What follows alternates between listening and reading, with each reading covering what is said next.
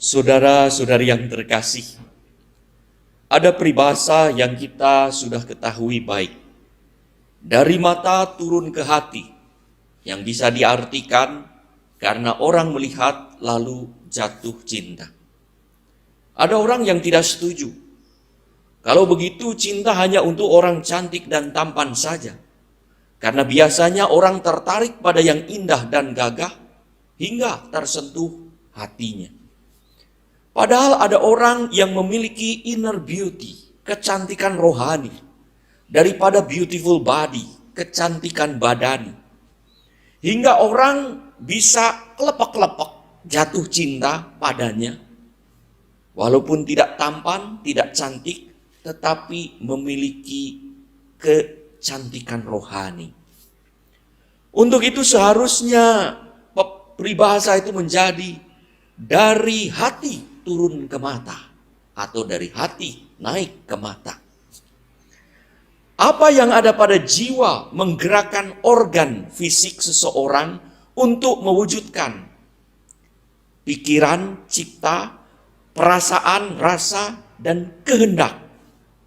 Itulah pesan Yesus dalam Injil hari ini, bahwa kita harus menguduskan hati, karena hati yang tak kelihatan adalah sumber yang menggerakkan organ yang kasat mata. Saudara-saudari yang terkasih, ada seorang suami yang bertanya, apakah saya berdosa kalau saya menyukai istri teman saya hanya dalam hati? Tak pernah diungkapkan, tidak lebih dari itu. Bukankah saya tidak menyeleweng? Walau kadang membayangkan dia. Saya sungguh mencintai istri saya dan keluarga saya. Kami hidup harmonis. Lain lagi cerita, ada istri yang bertanya, saya sangat sayang pada keluarga. Saya harmonis dengan suami saya. Tetapi kenapa saya sering ingat pacar saya? Silakan saudara-saudari renungkan dan jawab sendiri pertanyaan itu. Persoalan ini menjadi perhatian Yesus saat mengajarkan betapa luhur dan mulianya perkawinan karena menuntut kemurnian hati. Kesetiaan badani itu bagus dan harus. Tetapi ada yang jauh lebih penting, yaitu kesetiaan rohani. Kesetiaan badani bisa diganggu oleh kecantikan fisik, tapi kesetiaan batinnya tak tergoyahkan oleh keindahan tubuh apapun, karena di dalamnya ada inner beauty.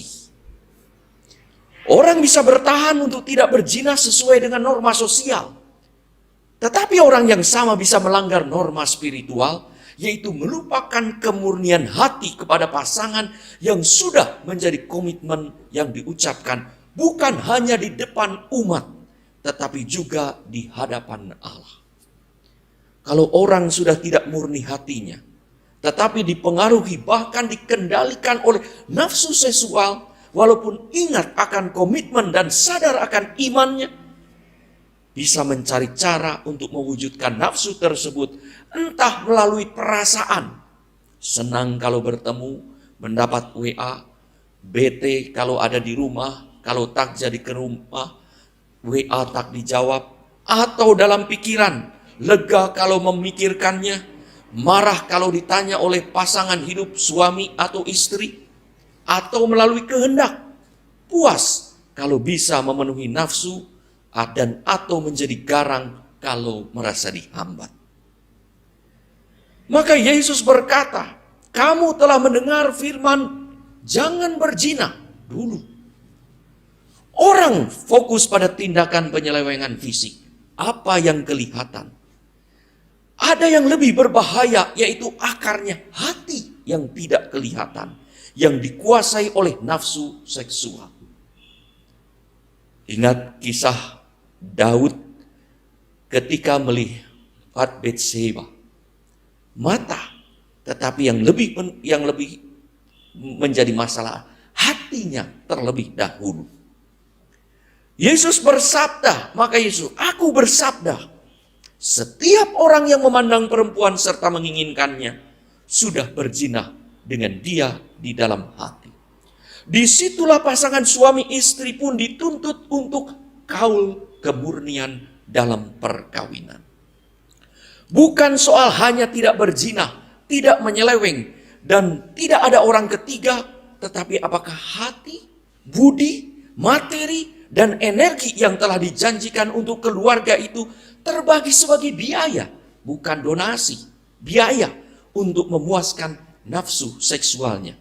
Entah sekedar melihat, entah berjumpa, atau malah menyentuh yang bukan pasangan hidupnya. Maka Yesus dengan tegas sekali berkata, kalau organ fisik tidak dapat dikendalikan oleh hati dan budi hingga mencelakakan hidupmu, lebih baik organ itu disingkirkan. Yesus hanya mau menekankan betapa penting luhurnya perkawinan itu. Saudara-saudari yang terkasih, Yesus mengajak kita mempunyai hati yang kudus agar pikiran sehat serta mampu mengontrol organ tubuh kita dan mengendalikan hidup sesuai dengan iman dan komitmen kita. Saudara-saudari yang terkasih, kemurnian hati tak mungkin dimiliki tanpa relasi dengan Allah, sumber kekudusan itu. Orang yang makin dekat dengan Tuhan, makin kudus, makin murni, maka ia akan makin setia dalam komitmen dan imannya. Artinya ia pun akan setia pada pasangan hidupnya dalam perkawinan atau setia pada gereja dalam hidup selibatnya, bukan karena sudah berjanji secara publik dalam sakramen perkawinan atau sakramen tabisan atau kaul religius, tetapi karena kaul kemurnian hati pada Allah yang ditujukan dalam kesetiaan entah pada keluarga atau pada gereja. Disitulah hati yang kudus menentukan kesetiaan kita. Kemurnian dalam membangun keluarga kudus atau dalam melayani gereja secara total. Kemurnian hati ini yang dibangun lewat doa setiap hari adalah keutamaan hidup Kristiani dalam soal relasi. Keutamaan bukan soal sekedar tindakan baik yang dapat dilihat orang, tetapi sesungguhnya keutamaan adalah hati yang kudus yang diketahui oleh